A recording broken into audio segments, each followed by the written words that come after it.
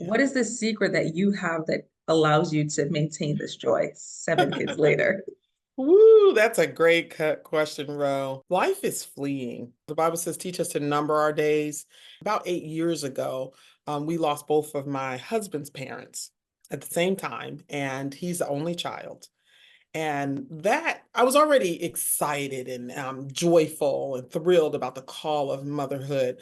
But that really helped me understand the power of a legacy. It Mm, reminded me, right? Just that the Lord, that we're just passing through. The Lord is calling us. This is not our home.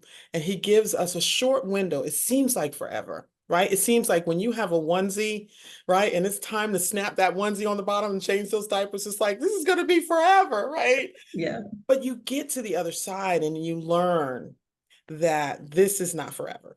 And that Mm, this is that God has called you for such a time as this, and that you need to make the best of where you are. And so yeah. one of the things I always said, I was on the podcast with Jenny Urich, and she was like, "What's your quote? What's your quote?" And I always say, fall in love with the season of your life, Mm, right?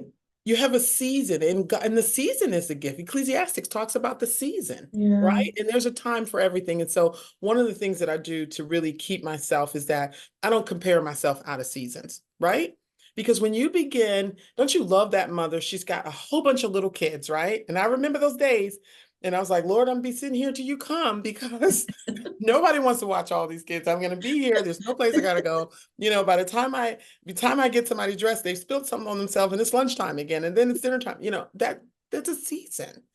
And so if Mm, you want to find joy, enjoy the season that you're in. I nursed all 7 babies, and that season when you go from finishing nursing one and it's time to nurse another and you're pregnant. It seems like forever.